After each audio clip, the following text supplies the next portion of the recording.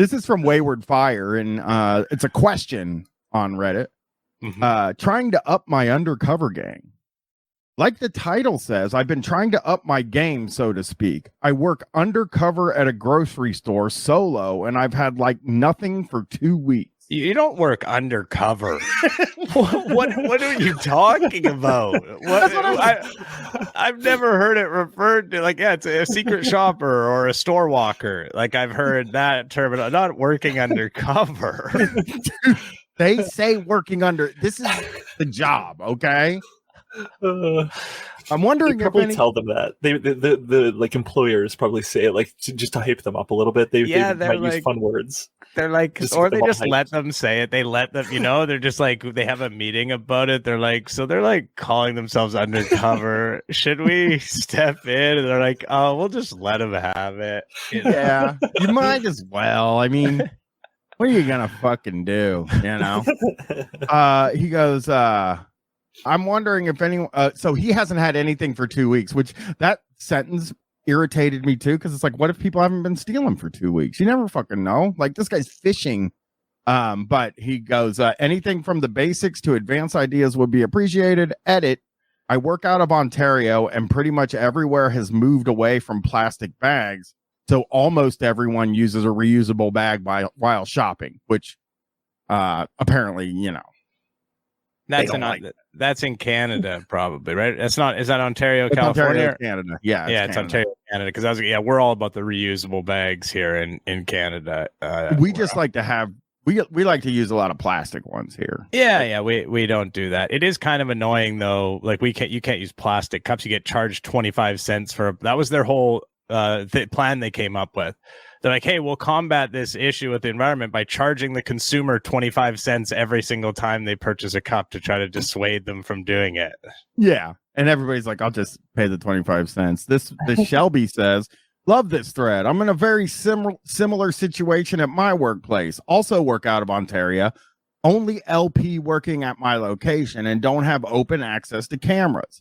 I like to walk around with one AirPod in, pretend to be on my phone a lot, and wear a baseball cap to hide where I'm looking. That's okay. So why is that guy in the baseball cap fucking following us around, pretending to look at his phone? This guy sounds so conspicuous. Like, well, Mr. Woke replied, which like that. Awesome. Who knows what he's gonna say? Probably some pro Budweiser or something like that. It's probably a trans person. Yeah. Mr. Woke says, I hate to say it, but the baseball cap and being on the phone is a dead giveaway for being LP. Yeah, see, but then he gives us his 3 rules of undercover. So he goes, I did grocery stores for years and still do loss prevention for a big retailer. I have trained many successful detectives, and I train them on myself. This guy's like thinks he heads up like a department or a precinct or something. You can tell they're like so mad when they don't catch someone stealing. They're so mad. They're so salty about it. That's like terrible day at work. Terrible day, like haunting them for weeks on end as the guy runs off down the street with his like fucking $5 like whatever.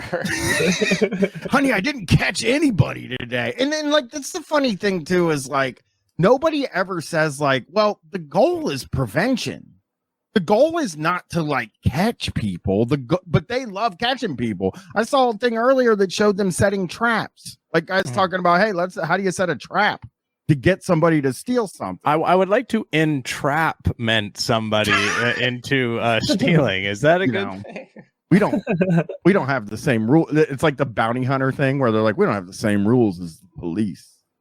I don't jurisdiction. Know. There's a big thing in like Canada because I remember when I worked at Best Buy that people would steal stuff, in a different way than I did, in a more direct way, and they would be told never to chase them. You're not allowed there. That's how it is in a lot of places in America as well. Mm-hmm. In Canada, you're not allowed. You can say no. I don't want to show you my receipt on the way out of the store. I found out today that that's like a sort of right that people have that if they block the door or whatever, that's wrong because they're not allowed to demand your receipt or anything. Canada is more of a hands-off place. in the United States, there are a lot of places where they can. There are hands-on, like maybe like Florida perhaps could be a more hands-on location. I'd say most of the country. It is more hands-on, but I know a lot of companies' policies will be to like not chase people, but some places you can chase people. It's like a company to company thing, from what I understand in the U.S. Yeah, that would make sense, and I think it's probably a good policy. I think it probably comes from them not wanting you chase somebody, and then there could be a physical altercation, and there's all sorts of liability after that. Yeah. There was like a story I think it was like a year ago, where there was like this dude stealing something, and there was like an older worker went to chase after him, and then the guy that was stealing like punched him, and like I don't know if he killed the old dude or like just knocked him out. He went to the hospital. Like it's like a whole like liability thing. I just pictured, and this is that old loss prevention guy died, and that's if they died, it's like it's not funny to joke about it, but I just picture them having like a police funeral for him at like the Best Buy, with the horns and everything, holding up a flag at the Target bag. That's not funny, but yeah, folding up a Target. Oh, okay, no, that's not funny. This is an odd sentence too that I want to take apart a little bit. I personally never use a shopping cart, and then in parentheses, I'm a male in his 20s. It's realistic for me to be shopping without a cart, so I would just grab a few things and hold them. That's interesting to me. What about a basket? I think that's what they made the baskets for. when you're just going to get a few things. But I sort of understand the rationale there a little bit, a single guy, maybe perhaps just going to grab a couple of things, more disorganized in their shopping. Sure. And now we're getting some stories here. He goes, next, I usually walk towards merchandise. This is what customers do. People that are trying to steal notice when you're just walking around open areas. Then I never shy away from getting close. This story is one of the more pathetic ones for you two. You'll love it. If it happens, don't run from it. Embrace it. I've been in a situation where I was talking to a group of kids about Kool-Aid jammers and how amazing they are, and then they literally put a couple packs down their pants. Are you kidding me? So that's this. And by the way, this guy is bragging. This is a brag. Like I was so convincing. I was so fucking convincing as a regular person that they were willing to steal in front of me. Kool-Aid jammers. What's a Kool-Aid jammer? I don't even know what that is. I've never heard of that either. Plastic squeeze bottle Kool-Aid things, right? Never heard of it. I don't even know if we have those in Canada. We might, probably people, if they're in Canada, Did you ever have Squeeze-Its? Oh no, they're like they're actually Kool-Aid jammers are they're like Capri Sun, but they're Kool-Aid. That's all it is. Okay. Capri Sun, I do remember. It's pretty good that he was able to stop them from stealing those. That was like a high level. Like you picture him thinking like he went home and talked to his partner. Like, you gotta know about this. This is a good one. So you know how these guys have to think their job is super interesting. I'm sure of that. Yeah, telling their partners about the story. Hey, you know how I work for like that multi-billion-dollar corporation where everyone's like makes so much money off of it. Well, yeah, on their behalf, I stopped some school children from stealing juice. Oh, honey, I'm so horny hearing you tell that story. Let's get into bed right now. Wait a minute, are we at hedonism too? Like a little role play. That's Bryan loves. Sorry, June. Bryan loves hedonism. He's a sex guy, and so he goes to hedonism very regularly. Don't even do that. I see. No, you don't have to hide it. You don't have to hide it. I understand. We're trying to on Guys Plus. We were talking about, and I guess you were talking about it with Matt as well. That we really want Bryan to go. He's done a lot of programming on hedonism, and we've talked about it a lot. That I think people really would love it if he went there and reported live and did some content from hedonism. People would pay. I can guarantee I could do it for free, but I wouldn't do it for free. Yeah, you should go. So Yeah, I know. I agree, and I I think we'll get. I know. Yeah, I mean, June, you got a pretty decent following there online. I think maybe we get a hashtag going, and we sort of try to get that trending a little bit. Bryan hedonism, Bryan 24. It's not happening. You're wrong. So we'll cook it up. We'll get in the lab for that a little bit. Yeah. Here's some more Mr. Woke hints. Here's some tips on what to watch. 1. Self-checkout. If your store has this and your company's policy supports it, then it's going to be your biggest app driver. What an app driver? Maybe asset protection thing. Maybe appetite of the thefts of the thieves. Well, number 2, reality of the individual. For instance, most people look at prices, quality of meats, carry personal bags of reasonable size for their personal belongings.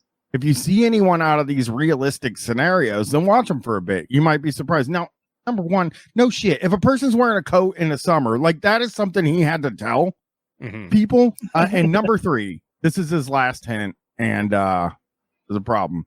This might sound weird, but look at the direction, pace, posture of how individuals are walking. Someone that's always seen circling around by exits or quickly walking in a direction that doesn't lead to checkouts might be a push out. So that I know what a push out is. I love that these people assume the worst in everyone. Like someone just can't be lost. Like someone, totally. Like somebody's like, it happens to me sometimes. Like sometimes I'm stoned when I'm at the grocery store, and so then I forget. Like I'm like, oh shit, I got to go back to that aisle. I didn't get it. No.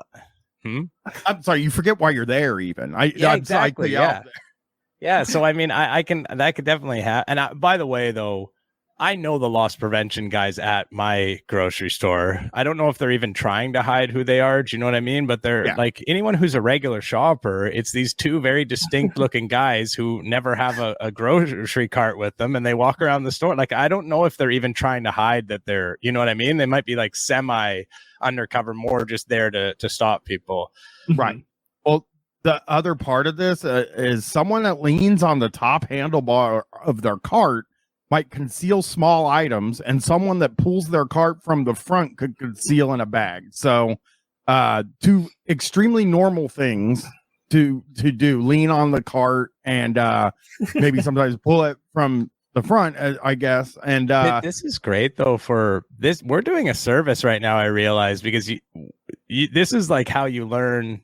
We're learning their tricks, so now we can go into those situations and we know how to not arouse any suspicion, and we can steal more. Well, here's another person, Thief 42069. Wait, how'd you get in here? And that's undercover costume is the question, and he says, plain clothes, folks. What's your character look like? In other words, what do y'all wear as plain clothes? Okay, so this person's more of a theater person, more interested in the theater of it. That's kind of cool. Different types. So yeah, there's 2 types. It's theater kids and wannabe cops. Those wannabe cops and theater the 2 subtypes. Yeah. I mean, how great, probably, really. I mean, I was thinking about it today.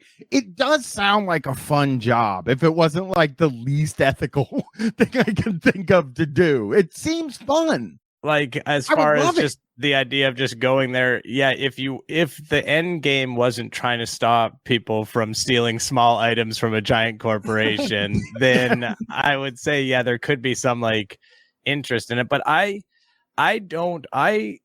used to think that way, but I don't know that I do now. I think I would feel. I mean, I guess it's hard to like distance it from the idea of what you're actually doing. Yeah, it is. It just seems like a real dream job, like that you would think of when you were a kid. When you're a little kid, you're like, oh, you mean like it's like being a spy, but you're dumb. You're incredibly stupid. The reality is you're just talking to kids about fruit snacks or whatever. Yeah, like this guy is just trying to gain the trust of children by talking about Kool-Aid jammers. I mean, I watched a thing where a guy was talking about his interrogation techniques. And I was talking about how sometimes it's best just to do some verbal judo instead of getting your hand on them.